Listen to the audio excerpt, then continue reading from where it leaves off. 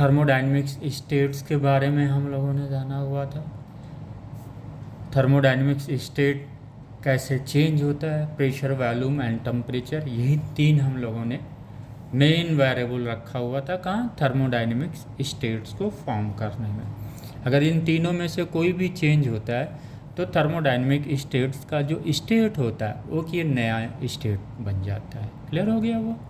Okay बेटा, अब हम लोग आज बात करते हैं वर्क पे। हम लोग क्लास 6, 7, 8 से ही वर्क के बारे में डेफिनेशंस वो सब हम लोग जानते हैं। तो जो हम लोगों ने पढ़ा है उसी सीक्वेंस को हमें आगे ले जा रहे हैं। ऐसा नहीं कि हम लोग कोई नई चीज़ लिंक कर रहे हैं। ओके, वर्क जैसा कि पता है, force act in the directions of displacement, इसी को ही कहते थे। एक बार फिर से हम लोग फोर्स की ब्रीफिंग कर लेते हैं। क्लास 8 से ही हम लोग फोर्स पढ़ रहे हैं। सपोज ये कोई मास है यम, जब फोर्स कहीं पे भी होगा तो हम किस ब्रांच की स्टडी करते हैं बेटा, मैकेनिक्स की स्टडी करते हैं। सपोज ये कोई फोर्स एफ हमने लगा दिया यहाँ पे, इस फोर्स एफ की वजह से डिस्प्लेसमेंट का डायरेक्शन ये है। सपोज यहाँ पे डिस्प्लेसमेंट होके आ गया, वो इनके बीच की एंगल थीटा हो गया। ये सपोज डिस्प्लेसमेंट डी एस है। तो हम लोग क्या लिखते थे बेटा, वर्क इज क्या होता था, फोर्स इनटू डिस्प्लेसमेंट। लेकिन यहाँ पे क्या है, इसको हम एफ डॉट डी एस कर देते, क्योंकि वर्क क्या है बेटा, स्केलर क्वांटिटी। तो वो आगे फोर्स क्या है, वेक्टर क्वांटिटी है। डिस्प्लेसमेंट क्या है, वेक्टर क्वांटिटी है। तो ये आता था F D S cos theta. Clear हो गया?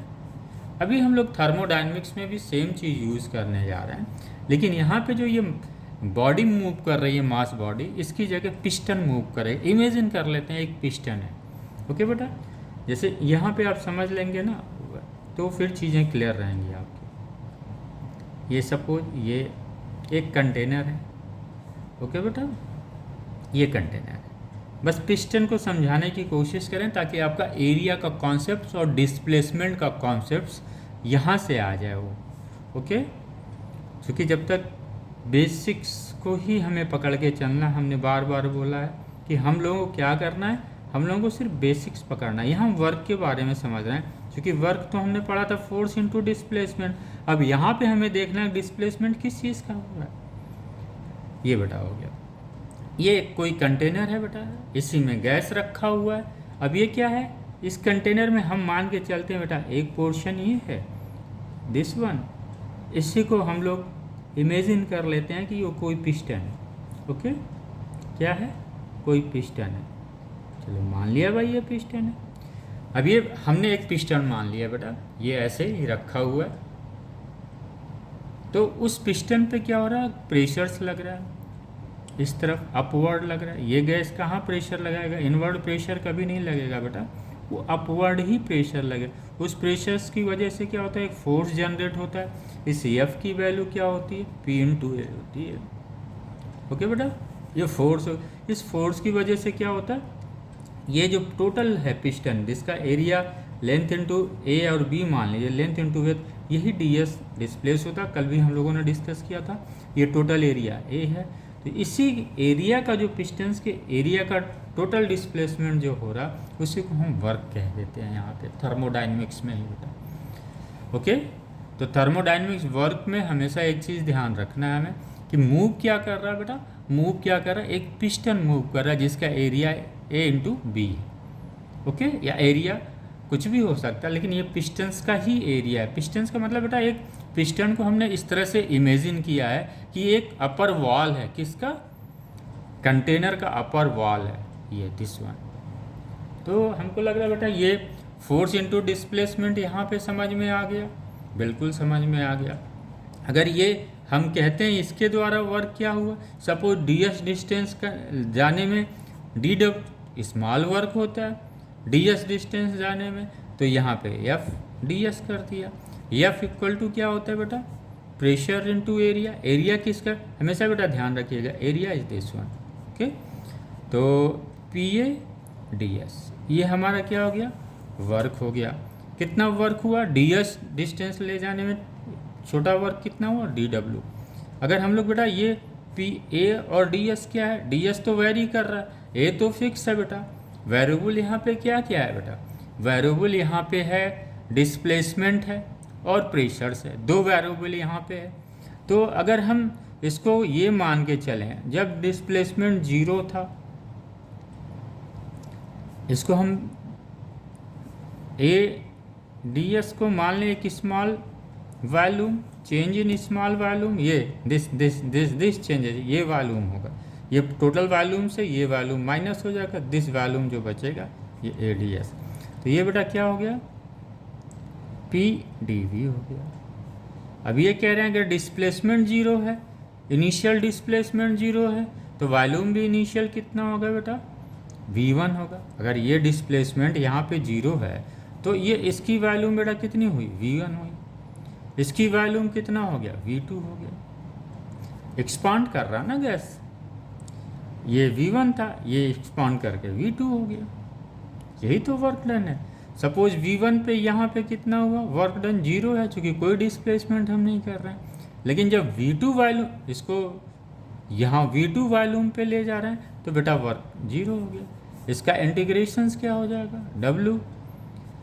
अगर P, if P is constant, अगर P, फिर मैं रिपीट कर रहा हूँ, अगर P कांस्टेंट है तो बेटा ये क्या हो जाएगा, P बाहर आ जाएगा। अगर कांस्टेंट है तो V1 V2 dV। अगर P कांस्टेंट नहीं है, P वेरी कर रहा है, तो W बेटा क्या रहेगा, एज इट इज़ रहेगा P, फिर दो वेरिएबल का जो इंटीग्रेशन जिस तरह से हम लोग प्रोसेस करते हैं उसी इंटीग्रेशन, यहाँ पे वॉल्यूम भी, चेंज इन वॉल्यूम भी क्या है, वो वेरिएबल है।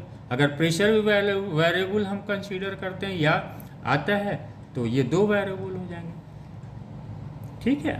लेकिन कहीं कहीं किसी प्रोसेस में प्रेशर, जैसे आइसोबेरिक प्रोसेस जब हम लोग अभी पढ़ेंगे वर्क का, तो वहाँ पे प्रेशर जो है वो कांस्टेंट रहता है, तो इसको हम लोग बाहर कर लेते। तो मैं बेटा ये सोच रहा था, वर्क का तो क्लियर हो गया आपको ना, वर्क एग्जैक्टली क्या है। इसी तरह से वर्क को ही डिफाइन कर देते हैं बेटा। हम वर्क को सिंपल, कुछ बहुत अधिक नहीं समझेंगे यहाँ पे, सिर्फ ये समझ लेंगे जो इसका बेसिक्स है। This one from V1 to V2, volume V1 से V2 जाने में, यानी ये वॉल्यूम पहले क्या था बेटा, V1 था, अब V1 था, यहाँ से यहाँ गया तो ये V2 हो गया। हम लोग गलती क्या कर देते हैं, V2 इसको मान लेते हैं, नहीं बेटा ये तो चेंज इन वॉल्यूम आया ना, तो ये V2 हो गया, ये V1 हो गया। जो इसमें से चेंज इन वॉल्यूम आया वो ये हो जाएगा। ये चेंज इन वॉल्यूम क्यों है बेटा, ये DS जो डिस्प्लेसमेंट हो रहा है पूरे पिस्टन का, उसकी वजह से ये वॉल्यूम में चेंजेस है। तो हम वर्क को इस तरह से डिफाइन कर लें, कोई दिक्कत तो नहीं बेटा। ये हम मान के चलें कि वर्क हमारा ये है। इसी को ध्यान में रखते हुए हम लोग फिर आगे बढ़ते हैं। पहले क्या करना है, हम लोगों ने देखिए बेटा हीट सप्लाई क्यू हम लोग जानते हैं, उसमें तो कोई हमारा मैथमेटिक्स गणित है ही नहीं है। हीट सप्लाई मतलब अगर क्यू हमने दिया है या अधिक क्या होगा, सिस्टम से क्यू रिलीज होगा, तो उसमें तो कोई बहुत माथापच्ची नहीं है। Very good. दूसरा टर्म हम लोगों का आ रहा था change in internal energy. Change in internal energy में भी बहुत अधिक माथापच्ची नहीं है, क्योंकि हम लोगों को पता चल गया जो इंटरनल एनर्जी होती है किसी गैस की वो इक्वल टू होती है average kinetic energy of that gas. तो इसमें भी इंटरनल एनर्जी को भी समझने में कोई दिक्कत है, हमें तो नहीं लग रहा कि हम लोगों को है, बिल्कुल नहीं है, हो ही भी नहीं सकता है, क्योंकि हमको पता है internal energy is change in internal energy of A gas is nothing but it is a average kinetic energy of the gas. अगर हम बोलते हैं चेंज इन इंटरनल एनर्जी, इसका मतलब change in average kinetic energy, यही ना हुआ। Change in internal energy means change in average kinetic energy.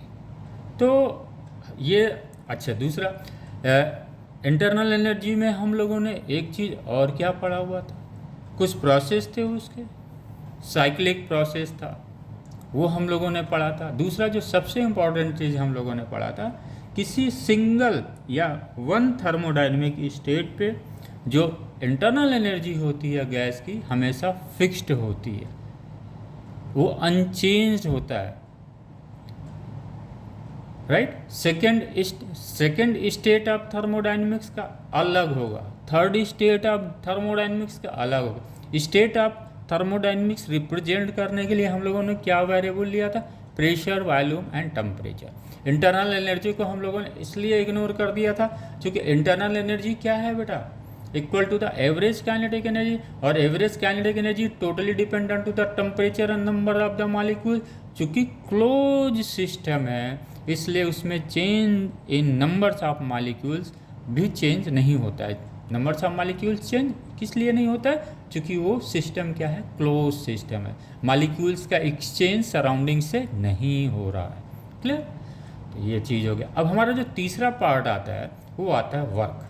ये इंपॉर्टेंट है, वर्क में हमें कैलकुलेशन करना है, और इस फर्स्ट क्लास थर्मोडाइनमिक्स के क्वेश्चंस को हैंडल करने के लिए, सॉल्व करने के लिए हमें वर्क पे ही मेन एम्फेसाइज करना पड़ेगा। क्योंकि हीट सप्लाई सिंपल क्यों है, कोई उसमें हिंड्रेंस नहीं है ना कोई इसमें ब्रांच है, सिर्फ हीट सप्लाई या heat release from the system, तो क्यों है। इंटरनल एनर्जी में हम लोग जान गए कि किसी भी स्टेट की जो इंटरनल एनर्जी होती है वो फिक्स्ड होती है, वो रिमेन अनचेंज्ड होता है इंटरनल एनर्जी। ओके बेटा, वो पाथ पे डिपेंड नहीं करता है।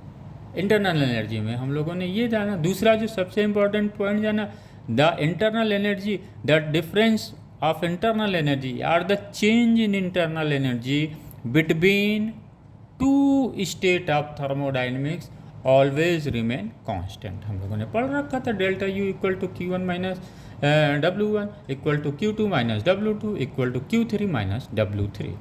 ओके, तो हम लोग फिर बेटा आज जो एम्फेसाइज हम लोग करने जा रहे हैं ये हम लोग वर्क पे सिर्फ फोकस कर रहे हैं। क्योंकि अब हमारा जो मेन थर्मोडाइनमिक्स के न्यूमेरिकल्स हैं, कॉम्पिटिटिव के हैं न्यूमेरिकल्स हैं, जो नीट या जेई के न्यूमेरिकल्स हैं, उसमें हमारा मेन फोकस जो होता है बेटा वर्क पे पोर्शंस पे ही आता है। क्योंकि इंटरनल एनर्जी में बहुत अधिक सवाल नहीं बन सकता, राइट। हीट सप्लाई में कौन सा सवाल बनेगा, हीट सप्लाई में कोई बहुत सवाल नहीं बन सकता। हीट सप्लाई में भी अधिक से अधिक क्या होगा, जैसे हम लोगों ने पढ़ा है, फिर से हम लोग रिवाइज कर लेते हैं। हीट सप्लाई क्या होती है, Q is directly proportional to the mass. यहाँ पे गैस पे जब मास नहीं लेके हम लोग क्या लेते हैं, मोल ले लेते हैं। लेकिन हमने एक सिंपल जो है जनरल डेफिनेशंस किया, चेंज इन टेम्परेचर, यही ना Q है। हीट सप्लाई Q इज कितना, अगर कोई मास बेटा m है, ये कोई m है, ये इस पे हीट सप्लाई Q हो रही है, तो ये हीट सप्लाई किस पे डिपेंड करता है, ये डिपेंड करता मास पे। अगर अधिक मास होगा तो हीट सप्लाई भी क्या होगी, अधिक होगी। कितना, एक चेंज, अगर ये टेम्परेचर T1 है, अगर हमने Q इसको हीट दिया है और after supplying the Q heat इसी m का टेम्परेचर T2 हो जाएगा, तो चेंज इन टेम्परेचर dt क्या हो जाएगा बेटा। यहाँ पे थोड़ा सा आप लोग अलर्ट रहिएगा। ये हम फिर से बेटा इसको क्लियर करते हैं। जैसे हम लोगों ने पढ़ा हुआ था ना बेटा, हीट सप्लाई में सपोज ये कोई मास m है, अगर हम इसको हीट Q दे रहे हैं तो ये Q हीट किस पे डिपेंड कर, और इसका टेम्परेचर T1 है, इनिशियल टेम्परेचर क्या है, T1।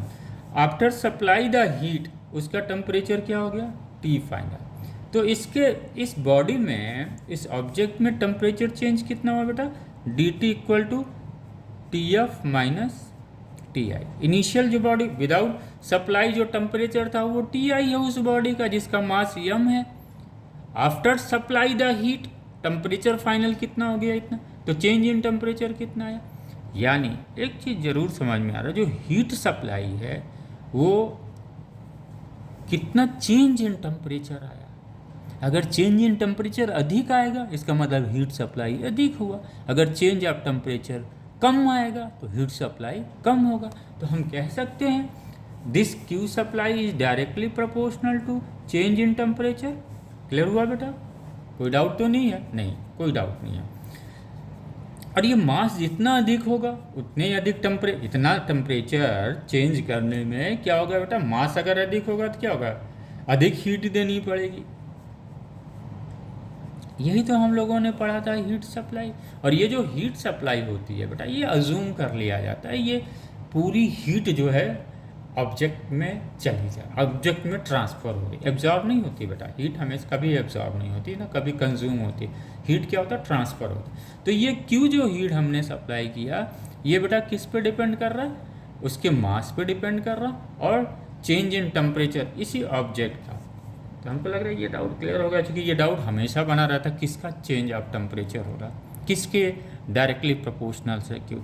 और इस क्यू को हम लोग क्या लिख देते थे बेटा, mc/dt, जहाँ पे c क्या होता था, स्पेसिफिक हीट होता था। क्या होता था, स्पेसिफिक हीट होता था। इसको हम लोग डिफाइन जब करते थे तो क्या लिखते थे, QM/dt। इसी को हम लोग जब डिफाइन करते थे स्पेसिफिक हीट, इसी को हम लोग क्या बोलते थे बेटा, स्पेसिफिक हीट कांस्टेंट या स्पेसिफिक हीट कैपेसिटी कांस्टेंट। ये सी क्या हो जाता था बेटा, स्पेसिफिक हीट कांस्टेंट, या इसी को स्पेसिफिक हीट कैपेसिटी कांस्टेंट बोलते हैं। अगर यहाँ पे यम हो, m equal to 1, dt equal to 1, तो हम इसको क्या लिख सकते हैं, specific heat is equal to heat supply. तो we can say specific heat क्या डिफाइन करता है, it is equal to the heat supply to raise 1 degree centigrade temperature of unit mass of body is known as specific heat. Clear. तो यही Q बेटा यहाँ पे हम लोग स्टडी कर रहे हैं। जो हम लोग हीट सप्लाई करेंगे इसको हम लोग लिंक करेंगे। ये हीट सप्लाई जो हम लोग कर रहे हैं बेटा, ये अब इसमें ये तो हमारा हीट यहाँ से आ गया, हीट सप्लाई की वैल्यू यहाँ से आ गई। और जो हम लोगों ने ये पढ़ा हुआ था बेटा, जब हम लोग हीट किसी सिस्टम को देते हैं तो ये हीट दो तरीके से ट्रांसफ़र होती है। एक तो इंटरनल एनर्जी को चेंज करने में होती, और दूसरा क्या होता है, वर्क डन में। ये वर्क डन कैसा है बेटा, ये वर्क डन बाद में हीट एनर्जी में कन्वर्ट हो जाता है। ओके, तो ये वर्क हमें समझ में आ गया। ये वर्क है क्या, ये वर्क जो सिस्टम पे हो, जो सिस्टम के द्वारा किया गया वर्क डन। यहाँ पे जब वॉल्यूम एक्सपांड करेगा बेटा तो क्या होगा, वॉल्यूम अगर एक्सपांड करे इसका मतलब work is done by the system हो रहा है, यही ना हम लोगों ने पढ़ा था। तो वॉल्यूम जब एक्सपांड कर रहा है तो work is done by the system, और यही जो वर्क डन होता है वो वही वर्क डन फिर हीट में चेंज हो, ट्रांसफ़र हो जाता है। ओके, क्लियर, बिल्कुल, वेरी गुड। तो हम लोग फिर आते हैं बेटा, आगे जाते हैं। आगे में हम लोगों ने यही पढ़ना है, वर्क डन। ये दिस वन हमने एक खींचा हुआ है बेटा, इसको आप हम लोग समझ लेते हैं। और दूसरा सबसे बड़ी चीज़ इंटीग्रेशंस में होता क्या है बेटा, हम लोग इंटीग्रेशंस क्या करते हैं, थोड़ा इंटीग्रेशंस भी समझ लिए। इंटीग्रेशन मीन्स होता है छोटे छोटे एलिमेंट्स को सम कर लेना बेटा। सपोज ये कोई ग्राफ है, ये v है और ये p है। अगर सिंपल ये p कांस्टेंट होता तब तो कोई दिक्कत नहीं थी, हम लोग बड़े आराम से निकाले हैं। लेकिन ये p और v में ये ग्राफ आ रहा है, अब हम क्या करें, जब p v में ये ग्राफ आ रहा है तो इस ग्राफ में मान लीजिए बेटा ये यहाँ पे ये v इनिशियल है, और गैस को हम यहाँ पे जब वॉल्यूम क्या हो रहा है, डिक्रीज, जब वॉल्यूम डिक्रीज हो इसका मतलब क्या हुआ बेटा, कंप्रेशंस हो रहा है गैस का। जब कंप्रेशंस का हो रहा है इसका मतलब क्या हुआ, एक्सटर्नल फोर्स लग रहा है। एक्सटर्नल फोर्स लग रहा है इसका मतलब क्या हुआ, work is done on the system हो रहा है। तो सपोज ये वी आई है, ये वी एफ है फाइनल इनिशियली वैल्यू। अब ये क्या होता है बेटा, ये प्रेशर चूँकि वेरी कर रहा है, ये प्रेशर्स क्या हो रहा है, वॉल्यूम के साथ वेरी कर रहा है ना। अब चूँकि हमने जो वर्क पढ़ा हुआ था उसमें ये था कि प्रेशर को कांस्टेंट कर दिया जाए, तो अगर प्रेशर को कांस्टेंट कर दिया जाएगा तो पी डी से हम लोग निकाल लेंगे पूरा है। तो एक छोटे छोटे एलिमेंट्स लिया जा रहा है इसलिए ताकि प्रेशर भी अधिक नहीं होगा और वॉल्यूम भी अधिक नहीं चेंज होगा, तो इस प्रेशर को हम लोग स्ट्रेट लाइन मान लेंगे। फिर ये हुआ, फिर यहाँ पे प्रेशर, ऐसे छोटे छोटे एलिमेंट्स से जो वर्क डन आएगा बेटा, ये वर्क डन, ये work done, WN1, W2, W3, W4, W5, W6, W7, ये जो छोटे छोटे वर्क आएंगे इसको हम लोग सम कर लेते हैं बेटा, तो वही टोटल वर्क निकल जाता है। क्लियर हो गया। इंटीग्रेशंस का मतलब क्या होता है, सम, छोटे छोटे एलिमेंट्स का जो सम करने के बाद जो टोटल आता है इसी को हम लोग इंटीग्रेशंस कहते हैं। समेशन है, integration is nothing but it is a summation. Clear. Integrations का एक ही कॉन्सेप्ट होना है, छोटे छोटे एलिमेंट्स को हमें ऐड कर लेना। ओके बेटा, क्लियर हो गया, बिल्कुल क्लियर हो गया। अब देखिए जब हम ये ऐड करते हैं बेटा तो ये कितना है, P है, ये क्या है, V है, तो P और V ही क्या होता है, वर्क हो जाता है। छोटे छोटे एलिमेंट्स को हम जोड़ के ये वर्क, इसीलिए बेटा इसको हम क्या लिख देते हैं, this one V initial, V final, P dV, यही वर्क होता है। ओके बेटा, वेरी गुड। तो हम लोग शुरुआत करते हैं बेटा आइसोकोरिक से शुरुआत करते हैं। आइसोकोरिक प्रोसेस में वर्क डन कैसे निकाला जाता है एक एक करके हम लोग चलेंगे। अब देखो बेटा जो आइसोकोरिक प्रोसेस हम लोग पढ़ते हैं तो हम लोगों को 2-3 चीज़ ध्यान में रहना चाहिए। आइसोकोरिक प्रोसेस मतलब वॉल्यूम रिमेन अनचेंज्ड, यानी ये क्या कह रहे हैं, ये कह रहे हैं आइसोकोरिक प्रोसेस का हम लोग स्टडी करें बेटा। बिल्कुल यहीं से शुरू करते हैं, उसमें क्या वर्क होता है आइसोकोरिक में हम लोग इसको अब लेते हैं। अगर ये कहते हैं आइसोकोरिक में बेटा क्या है कि वॉल्यूम जो है ये V जो है ये अनचेंज रहेगा, यानी ये ग्राफ हम लोग बना लें बेटा। ये प्रेशर है, ये प्रेशर किसका है, गैस का है। ये वॉल्यूम, ये V कह रहे हैं कि अनचेंज्ड होगा। आप प्रेशर बढ़ाइए चाहे घटाइए मुझसे मतलब नहीं है। अगर ये कहते हैं प्रेशर हम डाउन कर रहे हैं, डिक्रीज कर रहे हैं, तो करिए, मुझे नहीं फ़र्क पड़ता, मैं नहीं बदलने वाला हूँ। ये बेटा वॉल्यूम नहीं चेंज होगा। ये कह रहे हैं प्रेशर इंक्रीज करेंगे, कहते कुछ भी करिए मैं नहीं बदलूंगा। तो ये प्रेशर, यहाँ पे प्रेशर क्या हो रहा है बेटा, ये यहाँ से प्रेशर यहाँ पे डाउन होके आया, डिक्रीज कर रहा है। यहाँ पे प्रेशर यहाँ से यहाँ जा रहा है, इंक्रीज कर रहा है। बट वॉल्यूम क्या है, अनचेंज्ड।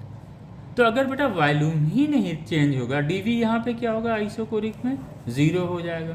तो W क्या है बेटा, V initial, V final, P dV। अब ये अगर V ही 0 हो गया, अब P यहाँ पे हम लोगों ने P भी क्या कर रहा है बेटा, वेरी कर रहा है, लेकिन यहाँ पे देखते ही लग रहा है कि चेंज इन वॉल्यूम क्या है, 0 है। तो जब यहाँ पे dV की जगह हम 0 ही रख देंगे तो फिर बचा क्या, वर्क डन क्या हो जाएगा, 0 हो जाएगा। इसका मतलब अगर हम फर्स्ट लॉ ऑफ थर्मोडाइनमिक्स से देखें, हीट सप्लाई इक्वल टू क्या हो जाएगा, change in internal energy plus work done. अब यहाँ पे वर्क डन 0 जब हो गया तो आइसोकोरिक में क्या होता है, चेंज इन मतलब जो हीट सप्लाई होगा टोटल यूटिलाइज किस एनर्जी की में हो जाएगा, वो चेंज इन इंटरनल एनर्जी। यानी हीट सप्लाई टोटल कहाँ पे ट्रांसफ़र हो रहा है, चेंज इन इंटरनल एनर्जी में, क्योंकि वर्क डन 0 हो जाए। तो यही क्यू जो है heat supply equal to change in internal energy आ जाता है, जिसके बेसिस पे हम लोगों ने क्या लगाया था बेटा, मेयर्स फार्मूला लगाया होगा। ओके, और जब ये अब मेयर्स फार्मूला में बेटा एक चीज़ हमें ध्यान में आया कि जब ये क्यू जो है चेंज इन इंटरनल एनर्जी है, तो ये जो चेंज इन इंटरनल एनर्जी है क्या होगा बेटा, UF minus UI final internal energy into minus initial internal energy, यही ना DU है। यानी दो स्टेट के बीच फाइनल में जो होगा इंटरनल एनर्जी वो फाइनल स्टेट का होगा, इनिशियल स्टेट का जो इंटरनल एनर्जी होगा वो इनिशियल स्टेट का होगा। और हम लोगों ने पढ़ा हुआ है कि किसी एक स्टेट की इंटरनल एनर्जी हमेशा फिक्स होती है। तो UF माइनस UI क्लियर हो गया, यही हमारा चेंज इन इंटरनल एनर्जी है। यानी अगर किसी स्टेट 1 पे सपोज ये जो है ये स्टेट है V final, okay V final, और ये मान के चलिए बेटा V इनिशियल है, V इनिशियल है। अब यहाँ पे जब हमने हीट दिया बेटा तो ये क्या हुआ, V फाइनल पे पहुँचा। तो जब ये V फाइनल पे पहुँचा तो यहाँ पे तो वॉल्यूम चेंज हो रहा है, यहाँ पे तो वर्क नज़र आ रहा है हमें, यहाँ पे क्या हो रहा, वर्क हमें नज़र आ रहा है, लेकिन यहाँ पे तो कोई वॉल्यूम चेंज नहीं था। लेकिन जब ये फाइनल स्टेज पे पहुँचेगा, सपोज इनिशियली जो है इंटरनल एनर्जी ये था फाइनल, अब इसी वॉल्यूम को हम लोग अगर कांस्टेंट मान लेते हैं, दिस वॉल्यूम इज कांस्टेंट, अगर हम गैस का प्रेशर इंक्रीज करेंगे तो ये गैस भी तो इस स्टेट पे पहुंचेगी। इस स्टेट जैसे गैस एक्सपांड अगर कर रहा है तो ये तो इस स्टेट को भी तो टच करेगा जहाँ पे प्रेशर वॉल्यूम और टेम्परेचर होगा, बिल्कुल टच करेगा। तो सपोज अगर Q डैश हीट हमने दिया तो उस स्टेट पे पहुँचने पे उसको हीट कितना ट्रांसफ़र हुआ, इस स्टेट पे कांस्टेंट वॉल्यूम पे ये हुआ प्लस W। तभी तो बेटा हम लोग जो है ये Q की जगह जो क्या लिख देते थे, DU लिख देते थे प्लस W, यही ना हम लोग पढ़ देते हीट सप्लाई। कहाँ पे, ये अगर कांस्टेंट प्रेशर्स रहेगा फिर चीज़ें बदल जाती हैं, फिर यहाँ पे CP की जगह हम लोग CV की जगह CP लिख लेते हैं। इसी तरीके यानी मेयर फार्मूला लगाते वक्त हमारे दिमाग के अंदर ये चीज़ होना चाहिए बेटा कि जो इंटरनल एनर्जी होता है किसी स्टेट की वो फिक्स होती है। तभी तो आप कांस्टेंट वॉल्यूम पे जो इंटरनल एनर्जी निकालते हैं वही जब कांस्टेंट प्रेशर्स पे जब हम स्टडी करते हैं तो उस स्टेट पे उसी एनर्जी को हम ट्रांसफ़र कर देते हैं बेटा, चूँकि वो इंटरनल एनर्जी क्या है, फिक्स है, तभी ये चीज़ें आती हैं। क्लियर हो गया बेटा? Very good. अब आगे चलें, आइसोकोरिक प्रोसेस में क्या होता है। आइसोकोरिक प्रोसेस में क्लियर हो गया। आइसोकोरिक प्रोसेस में हम लोग इसको समझ लें, ये चीज़ हमने समझ रखा, बस सिर्फ हम नरेट करना चाह रहे हैं बेटा, फिर आगे हम लोग आ रहे हैं कैसे आइसोकोरिक प्लॉटिंग की जाती है, क्योंकि ग्राफ भी बहुत ज़रूरी है बेटा। एक बार हम रफली पढ़ दें, बाकी तो हम लोगों ने ब्रीफ कर ही लिया है, क्योंकि वर्बल ब्रीफ करना ज़रूरी है, बाकी तो सब सारी चीज़ें किताबें में लिखे रहेंगे बेटा, वो नोट्स बुक्स में लिखे रहेंगे, लेकिन बेसिक्स क्या होता है, बेसिक्स आपके जो दिमाग में चलता है ना, वही आपके जो है वॉइस से निकलता है, क्योंकि अगर दिमाग में कॉन्सेप्ट्स क्लियर है तो आपका वॉइस कभी लड़खड़ाएगा नहीं।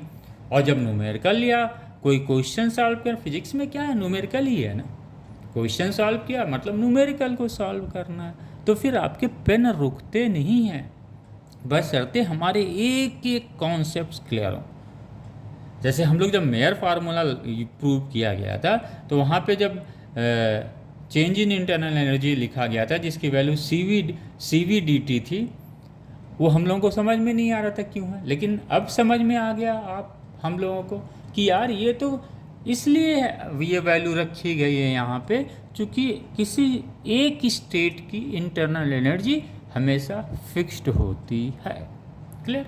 आइए, जितना हम लोग समझेंगे बेटा अच्छा रहेगा। वो चीज़ हम लोगों ने डिस्कस कर ही लिया था, एक क्लोज कंटेनर है, दिस कंटेनर ही रखते हैं बेटा क्लोज। यहाँ पे अगर वॉल्यूम है तो ये क्या कर रहा है, एक्सपांड कर रहा है। वॉल्यूम एक्सपांड करने का मतलब सिंपल हुआ कि work done by the system हो रहा है। जब कंप्रेस करेंगे तो work done by the external source हो जाएगा। तो ये दिस वन है, ये इसमें कुछ नई चीज़ नहीं है, ये हम लोगों ने पढ़ ही लिया। अगर प्रेशर कांस्टेंट है तो दिस वन हो जाएगा, राइट।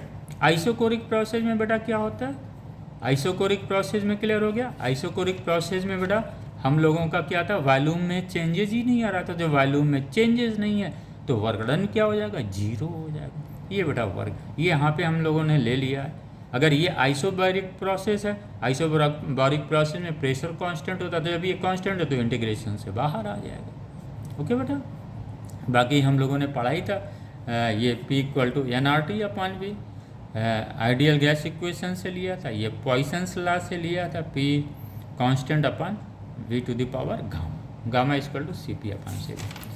तो work done in the fourth thermodynamic process में हम लोग अलग अलग पढ़ेंगे बेटा। उस वर्क डन को क्या करना ना, एक ही जगह नहीं पढ़ा जाएगा, इसको अलग अलग जब हम लोग पढ़ेंगे तो हम लोगों के कॉन्सेप्ट्स हमेशा क्लियर रहेंगे। ओके, तो आइसोकोरिक प्रोसेस में आपको समझ में आ गया, वॉल्यूम में कोई चेंजेस नहीं होता। वेरी गुड, कोई चेंजेस नहीं होता, ये वॉल्यूम फिक्स रहेगा। अब जैसे A to B अगर प्रोसेस हो रहा है, यानी आपको पता चल गया ना बेटा कि ये क्या हो रहा है, A to B आने में क्या हो रहा है, क्या डिक्रीज़ कर रहा है, प्रेशर डिक्रीज़ कर रहा है। A to B आने में क्या डिक्रीज़ कर रहा है बेटा, प्रेशर डिक्रीज़ कर रहा है। A to B आने में क्या डिक्रीज़ कर रहा है बेटा, प्रेशर डिक्रीज़ कर रहा है। इसका मतलब क्या हुआ बेटा, हीट रिलीज हो रहा है। अगर हीट नहीं रिलीज होगा तो प्रेशर कहाँ से डिक्रीज करेगा भाई, प्रेशर्स के लिए रिस्पॉन्सिबल क्या है, कोलिजन ऑफ द मॉलिक्यूल्स है। अगर कोलिजन ऑफ मॉलिक्यूल्स का स्पीड कम हो जाएगा तो नंबर्स ऑफ कोलिजन्स स्लो हो जाएंगे। कोलिजन्स का जो रेट ऑफ कोलिजन्स है वो क्या हो जाएगा, कम हो जाएगा। तो जब कम हो जाएगा तो प्रेशर्स भी क्या होगा, कम बनेगा। यानी A to B क्या दिखा रहा है, A to B ये दिखा रहा है कि heat release from the system. A to B में क्या है, हीट रिलीज हो रहा है। अगर सिस्टम से हीट रिलीज नहीं होगा और अगर हम इसको हीट रिलीज नहीं करेंगे तो प्रेशर कहाँ से डाउन होगा, नहीं डाउन होगा। इसलिए हीट क्या होता है, रिलीज होता है। जब हीट रिलीज होता है तो टेम्परेचर जो होता है गैस मॉलिक्यूल्स का वो कम हो जाता है। जब वो कम हो जाता है तो इसका VRMS स्पीड कम हो जाता है। जब VRMS स्पीड कम होता है तो उसकी एवरेज काइनेटिक एनर्जी कम हो जाती।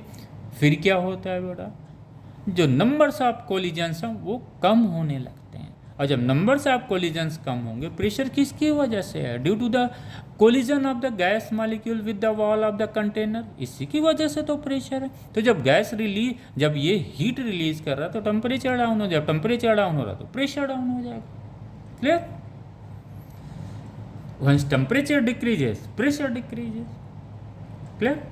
तो ये ए टू बी वाला प्रोसेस समझ में आ गया। आइए डी टू सी में क्या विचार नज़र आ रहा है कि डी टू सी में तो प्रेशर तो बढ़ रहा है, ये प्रेशर बढ़ेगा क्यों, क्यों बढ़ेगा, ये सवाल आता है। यहाँ पे तो डिक्रीज हो रहा है, आपने सर बता दिया कि सिस्टम ने हीट रिलीज कर दिया, जब हीट रिलीज कर दिया तो गैस मालिक्यूल्स में क्या हुआ, टेम्परेचर कम हुआ, जब टेम्परेचर कम हुआ तो उसका रूट मीन स्क्वायर स्पीड कम हुआ, रूट मीन स्क्वायर स्पीड कम हुआ तो काइनेटिक एनर्जी कम हुआ, उससे क्या हुआ कि नंबर्स ऑफ कोलिजन्स रिड्यूस हो गए, इसलिए प्रेशर क्या हुआ, डिक्रीज कर गया। यहाँ पे बेटा क्या है, प्रेशर बढ़ रहा है। ये जो प्रेशर बढ़ना ये इंडिकेट करता है बेटा कि एक्सटर्नल सोर्स से हीट सप्लाई हुई है। एक्सटर्नल सोर्स से क्या हुआ है बेटा, हीट, ये इससे हम लोग समझते हैं बेटा, दिस वन आइए, ये एक्सटर्नल सोर्स, ये दिस हम लोग करते हैं बेटा ये, ठीक। अब यहाँ पे देखिए, यहाँ पे क्या हो रहा है बेटा, ये प्रेशर्स क्या हो रहा है, इंक्रीज कर रहा है। ए टू बी क्या हो रहा है, प्रेशर्स इंक्रीज कर रहा है। वॉल्यूम क्या है, कांस्टेंट। ये प्रेशर इंक्रीज तभी करेगा जब इसके गैस जो मॉलिक्यूल्स हैं गैस के, उसके टेम्परेचर को बढ़ाया जाए। तो जब ये क्यू देते हैं तो क्या होता है, उसका टेम्परेचर इंक्रीज करता है। जब टेम्परेचर इंक्रीज करता है तो उसका स्पीड इंक्रीज करता है गैस मॉलिक्यूल्स का। जब स्पीड इंक्रीज करेगा तो क्या होगा, नंबर्स ऑफ कोलिजन्स क्या होगा, बढ़ेगा। जब नंबर्स ऑफ कोलिजन्स इंक्रीज करेगा तो क्या होगा, प्रेशर भी इंक्रीज करेगा। ए टू बी वॉल्यूम कांस्टेंट है लेकिन प्रेशर इंक्रीज हो रहा, प्रेशर इंक्रीज हो रहा मतलब एक्सटर्नल सोर्स से हीट की सप्लाई हो रही है। अगर प्रेशर डिक्रीज कर रहा है, यहाँ पे बेटा क्या है, यहाँ पे प्रेशर डिक्रीज कर रहा है ए टू बी, इसका मतलब ये हुआ कि सिस्टम हीट को रिलीज कर रहा है। ए टू बी, जब हीट सिस्टम हीट को रिलीज क्यों कर रहा है बेटा, जब हीट को रिलीज करेगा तो क्या होगा, गैस मॉलिक्यूल्स का टेम्परेचर कम होगा। जब टेम्परेचर कम होगा तो उसका एवरेज काइनेटिक एनर्जी डिक्रीज करेगी। जब एवरेज काइनेटिक एनर्जी डिक्रीज करेगी तो नंबर्स ऑफ कोलिजन्स डिक्रीज करेगा। जब नंबर्स ऑफ कोलिजन डिक्रीज करेगा तो प्रेशर डिक्रीज करेगा। ओके बेटा, राइट। तो ये हमारा एक कॉन्सेप्ट हो गया। आज हम लोगों ने सिर्फ आइसोकोरिक प्रोसेस को लिया है बेटा, इसको आप लोग नोट कर लीजिए। आइसोकोरिक प्रोसेस में वर्क डन क्या होता है, जीरो होता है। ओके बेटा, क्योंकि there is no change in volume. अगर वॉल्यूम में चेंज हुआ ही नहीं तो कोई मैकेनिकल वर्क ही नहीं हुआ, और जब मैकेनिकल वर्क ही नहीं कोई हुआ तो बेटा ये मैकेनिकल वर्क हीट एनर्जी में कन्वर्ट होगा ही नहीं। यहाँ पे जो वर्क हम लोग ले रहे हैं बेटा, एकदम कॉन्सेप्ट क्लियर होना चाहिए। ये जो एफ डॉट डी एस है वो क्या है, मैकेनिकल वर्क है। यही मैकेनिकल वर्क बेटा जब हम गैस का ये प्रोसेस पढ़ते हैं तो उसमें हीट एनर्जी में कन्वर्ट हो जाती है। तभी तो हम लोग देखते हैं Q equal to delta U plus W, यानी जो हमने हीट सप्लाई किया या दो पार्ट में यूज़ हुआ। पहला पार्ट है चेंज इन इंटरनल एनर्जी, दूसरा पार्ट क्या है, वर्क डन में हुआ। तो ये वर्क डन किस में ट्रांसफ़र हो जाता है बेटा, ये जो वर्क डन से जो वैल्यू आती है किस में ट्रांसफ़र होता है, हीट एनर्जी में ट्रांसफ़र हो जाता है। क्लियर हो गया बेटा? थोड़ा सा और एक आध दो ऐसे ही हम लोग कॉन्सेप्ट्स को क्लियर करते हैं। जैसे बेटा कभी कभी हम लोगों ने ग्राफ क्या पढ़ा है बेटा, वी पढ़ा है, और ये क्या पढ़ा था, पी का पढ़ा हुआ था। ठीक, वी और पी का पढ़ा था ग्राफ हम लोगों ने। यही ग्राफ हम लोगों का चला आ रहा है अभी तक का पी वी ग्राफ पे। अब पी वी ग्राफ पे क्या था बेटा, अगर यहाँ से वॉल्यूम है तो ये कांस्टेंट हो गया।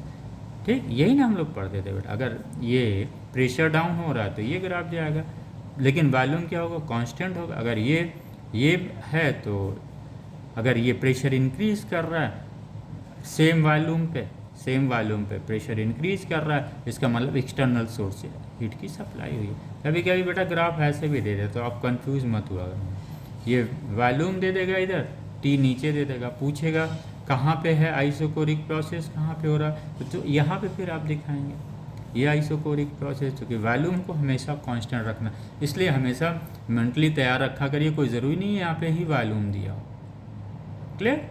यहाँ पे ही टेम्परेचर दे सकता है, यहाँ पे प्रेशर और टेम्परेचर दोनों दे सकता है। देखिए बेटा, आइए ये क्या किया बेटा, यहाँ पे सपोज ये टेम्परेचर दे दिया, ये प्रेशर दे दिया, और हम लोगों को पता है P V equal to NRT। तो यहाँ पे क्या दिया, टेम्परेचर दिया, वहाँ पे प्रेशर दे दिया। टेम्परेचर और प्रेशर, अगर टेम्परेचर बेटा अगर ये प्रेशर से यहाँ से बढ़ेगा तो सेम रेशियो में टेम्परेचर, ये वॉल्यूम भी बढ़ेगा।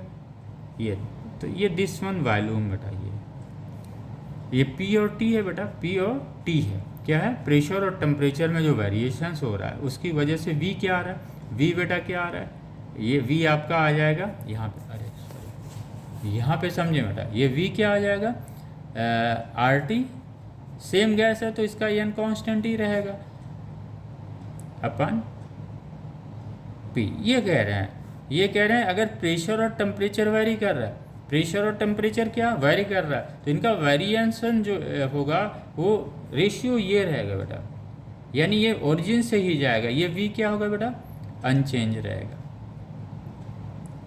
यहाँ पे क्या हम देखेंगे बेटा, ये आइसोकोरिक प्रोसेस है। जनरली हम लोग कंफ्यूज हो जाते हैं कि सर ये आइसोकोरिक, चूँकि प्रेशर और टेम्परेचर का ग्राफ है, ये ग्राफ ये दिखाता है कि टेम्परेचर इंक्रीज कर रहा है तो प्रेशर इंक्रीज कर, अब सवाल आता है किस रेशियो में कर रहा है, तो इस ग्राफ के हिसाब से सेम रेशियो में कर रहा है, यानी वॉल्यूम हर जगह क्या होगा, कांस्टेंट, क्योंकि टी अगर जितना चेंज होगा उतना पी चेंज हो जाए। ये क्या हुआ बेटा, यही ना हुआ, वॉल्यूम जितना टी चेंज होगा उतना पी चेंज होगा, तो वॉल्यूम क्या होगा बेटा, अनचेंज रहेगा। तो ये वॉल्यूम का, इसको थोड़ा सा ज़रूर आप लोग ध्यान दीजिएगा, प्रेशर और टेम्परेचर ग्राफ में वॉल्यूम को कैसे रिप्रेजेंट हम लोग करते हैं। बाकी कहीं ग्राफ में वॉल्यूम है एक्स या वाई एक्सिस पे, तो ये तो आपको पता है, स्ट्रेट लाइन हमने लिख दिया, लेकिन टेम्परेचर और प्रेशर्स में जब ग्राफ हो तो इसको जानना ज़रूरी है। तो ये वॉल्यूम कांस्टेंट क्यों है बेटा, because of this. Okay, clear हो गया। तो हम लोगों ने इतना बेटा पढ़ा हुआ है, और ऐसे ही धीरे धीरे करके हम लोग चीज़ों को जानने की कोशिश करेंगे। आज हम लोगों ने सिर्फ वर्क के बारे में जानने की कोशिश की, जो 4 हमारे थर्मोडाइनमिक प्रोसेस हैं उसमें हम लोगों ने आइसोकोरिक पढ़ा हुआ है। उसके बाद नेक्स्ट जो हम लोगों का क्लास होगा, एक एक करके प्रोसेस को हम वर्क के हिसाब से पढ़ते चले जाए, ताकि उसमें कहीं से भी हमारे डाउट्स ना हो। उसके बाद हम लोगों का फिर आइसोबेरिक हम लोगों का क्लास होगा, फिर आइसोथर्मल होगा, लास्ट में हम लोग एडियोबेटिक क्लास को में क्या करेंगे, सिर्फ वर्क डन के बारे में जानेंगे। और ये जो वर्क डन यहाँ पे हो रहा है वो किस में चेंज हो जाता है, हीट एनर्जी में चेंज हो जाता है। तो इस तरह से बेटा फिजिक्स का यही है, और उसमें कुछ है नहीं। तो एक बार फिर से हम लोग कंक्लूड करते हैं। आज हम लोगों ने क्या पढ़ा, हम लोगों ने ये पढ़ा कि अगर ये वॉल्यूम डिक्रीज करेगा, ये वॉल्यूम अगर डिक्रीज करता, ये वॉल्यूम डिक्रीज करने का मतलब हुआ कि सिस्टम ने कांस्टेंट वॉल्यूम पे अगर ये कांस्टेंट वॉल्यूम पे प्रेशर डिक्रीज कर रहा, उसका मतलब ये हुआ कि हीट जो है सिस्टम के द्वारा रिलीज किया जा रहा है। यहाँ पे आते हैं बेटा, अगर यहाँ पे हम देखते हैं कि ये जो है प्रेशर्स इंक्रीज कर रहा है, उस प्रेशर्स इंक्रीज करने का मतलब ये हुआ कि सिस्टम को एक्सटर्नल सोर्स से हीट सप्लाई की जा रही है। तो प्रेशर्स का इंक्रीज करना, प्रेशर्स का डिक्रीज करना किस पे डिपेंड करता है, it depend on to the speed of the molecules. Speed of the molecules जितना मैक्सिमम होगा उतने ही अधिक कोलिजन होगा, और जितने ही मैक्सिमम कोलिजन होगा उतने ही चेंज ऑफ मोमेंटम होगा, किसके, मॉलिक्यूल्स के। और जितने ही मॉलिक्यूल्स में चेंज इन मोमेंटम होगा मॉलिक्यूल्स का, वही चेंज इन मोमेंटम तो बेटा ट्रांसफ़र करता है वो कंटेनर्स के वॉल को। उसी चेंज ऑफ मोमेंटम की वजह से कंटेनर में क्या होता है बेटा, प्रेशर जनरेट होता है। अगर change in momentum of molecules नहीं रहेगा तो कंटेनर्स के वॉल पे कोई मोमेंटम ट्रांसफर नहीं होगा, और जब मोमेंटम ही ट्रांसफर नहीं होगा तो कोई फोर्स वॉल पे लगेगा नहीं, क्योंकि फोर्स की डेफिनेशन हम लोगों को पता है, change in momentum is known as force. Okay, rate in change in momentum is known as force. तो जब मॉलिक्यूल्स क्या करता है, मॉलिक्यूल्स में बेटा क्या होता है, मॉलिक्यूल्स की एक स्पीड होती है, जब हम हीट देते हैं तो इसकी स्पीड बढ़ती है, जब बढ़ती है तो फिर वो क्या करता है, नंबर्स ऑफ कोलिजन इंक्रीज करता है। जब नंबर्स ऑफ कोलिजन इंक्रीज करता है, इसका मतलब जो मोमेंटम है मैक्सिमम ट्रांसफर होता है to the container of the wall. अगर मैक्सिमम इसका मोमेंटम ट्रांसफर हो रहा है on to the container of the wall, then क्या होगा, फोर्स कंटेनर के वॉल पे मैक्सिमम लगेगा। जब फोर्स मैक्सिमम लगेगा तो क्या होगा, प्रेशर्स भी मैक्सिमम होगा। कंक्लूड करने पे बेटा यही हिसाब समझ, ऐसे ही फिजिक्स पढ़ा जाता है, एक दूसरे को लिंक करना है, कहीं भागना नहीं है, एक दूसरे को सिर्फ सिंपल तरीके से लिंक करते चले जाना, हमें अपने सवाल का जवाब मिलता जाएगा। और जब भी बेटा कोई वर्ड्स आपके दिमाग में फिजिक्स का आता है, you ask the several question, at least 5 question आप खुद से पूछिए इस शब्द का क्या मतलब हो सकता है, what exactly this word is asking to me. ठीक है बेटा। अब अगला जो हम लोग का, इसलिए बेटा हम लोगों ने पिक किया कि जब हम सीक्वेंस में पढ़ रहे हैं तो एक एक सीक्वेंस को क्लियर करते चले जाएं। इसलिए आइसोकोरिक में सिंपल हम लोगों ने सीखा कि चूंकि चेंज इन वॉल्यूम 0 है, इसलिए वर्क डन यहाँ पे 0 होगा। इसी तरह से 3 जो प्रोसेस और पढ़े हुए हैं, आइसोबेरिक हो गया बेटा, आइसोथर्मल हो गया, एडियाबैटिक, इन 3 प्रोसेस का हम लोग वर्क निकाल लेंगे। That is all about the first law of thermodynamics, जिसके पे न्यूमेरिकल्स हमें मिलते हैं और ग्राफ्स पे भी बहुत सारे क्वेश्चंस आते हैं। ओके बेटा, फिर नेक्स्ट सेशन हम लोगों का रहेगा आइसोबेरिक प्रोसेस का रहेगा, उसके बाद आइसोथर्मल, फिर एडियाबैटिक प्रोसेस में वर्क डन क्या होता है। टिल दैट बेटा, थैंक यू स्टूडेंट।